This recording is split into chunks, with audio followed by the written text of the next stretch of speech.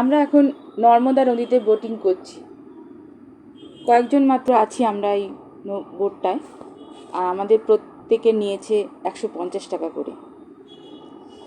পুরাণে বলা হয় যে গঙ্গা স্নানে যে পূর্ণ হয়, নর্মদা দর্শন করলেও নাকি একই পূর্ণ হয়। আবার অনেক গল্পে বলা হয় যে গঙ্গা নাকি পাপ ধুয়ে ধুয়ে যখন কলুষিত হয়ে ওঠে, তখন প্রত্যেক বছর বৈশাখ মাসের সপ্তমীর দিনে নর্মদায় নিজেকে শুদ্ধ হতে আসেন। এটা কতটা সত্যি এটা আমার জানা নেই, তবে আমরা এখন নর্মদার পান্না সবুজ জলের মধ্যে দিয়ে ভেসে চলেছি। দুপাশে অনেক মন্দির আশ্রম দেখতে পাচ্ছি, দূরে অনেক পাহাড় দেখা যাচ্ছে, সবুজ জল, আর ওই দূরে দেখা যাচ্ছে শঙ্করাচার্যের একটি মূর্তি। মান্ধাতা পর্বতের ওপর শঙ্করাচার্যের 108 ফুট উঁচু এই মূর্তিটা এখানকার মুখ্যমন্ত্রী উদ্বোধন করেছেন।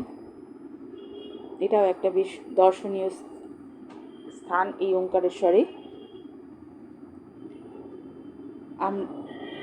আমরা এটা যাইনি, আমাদের এটা দেখা হয়নি, আমাদের তাড়া ছিল।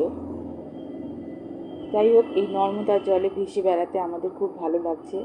এই নর্মদাকে বলা হয় দক্ষিণের গঙ্গা।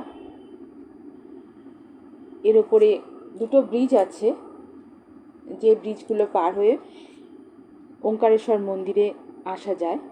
আমরা একটা ব্রিজ পার হয়ে প্রথমে ওঙ্কারেশ্বর মন্দিরে এসেছি, তারপর নৌকা করে আমরা আবার ওই পারে ফিরে যাচ্ছি।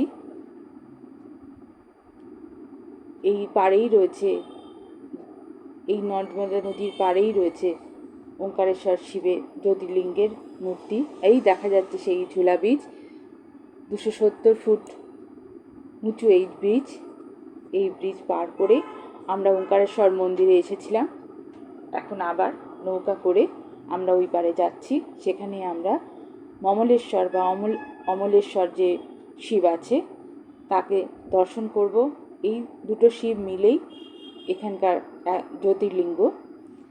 একটা দর্শন করলে আর একটা দর্শন না করলে পূর্ণ হয় না। ওই দূরে দেখা যাচ্ছে এখানে নর্মদার উপর একটি ড্যাম দেওয়া হয়েছে, ড্যাম তৈরি করা হয়েছে বিদ্যুৎ উৎপাদনের জন্য।